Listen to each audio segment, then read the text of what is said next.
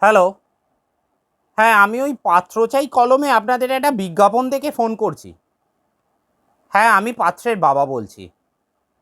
আচ্ছা, আচ্ছা, আপনার মেয়ে কতদূর লেখাপড়া করেছে? ও আচ্ছা, বিকম পাস। বাহ! Very good.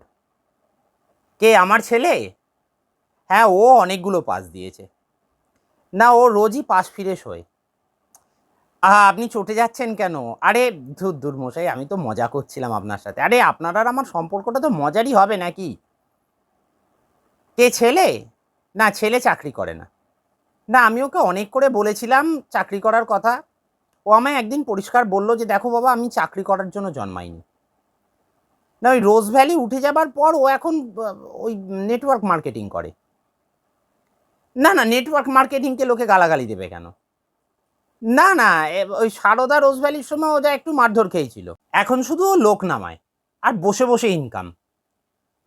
আপনি আর আপনার মেয়েও নেমে যেতে পারেন। ডান দিকে আর বাঁ দিকে। আরে আপনার মিসেসকেও বলতে পারেন, "প্রচুর ইনকাম দাদা।"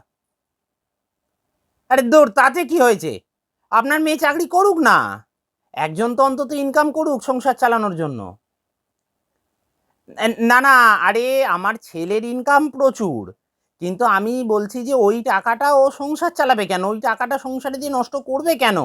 ওই টাকাটায় ওরা একটু আনন্দ করবে। এই তো আমি সেদিনই শুনছিলাম ওরা নাকি বিদেশ যাবে। হ্যাঁ, আমার ছেলে ওর কোম্পানি থেকে ওকে বিদেশে ট্রিপ দিচ্ছে একটা। হ্যাঁ, আপনার মেয়েও সাথে যেতে পারে যদি আপনি চান।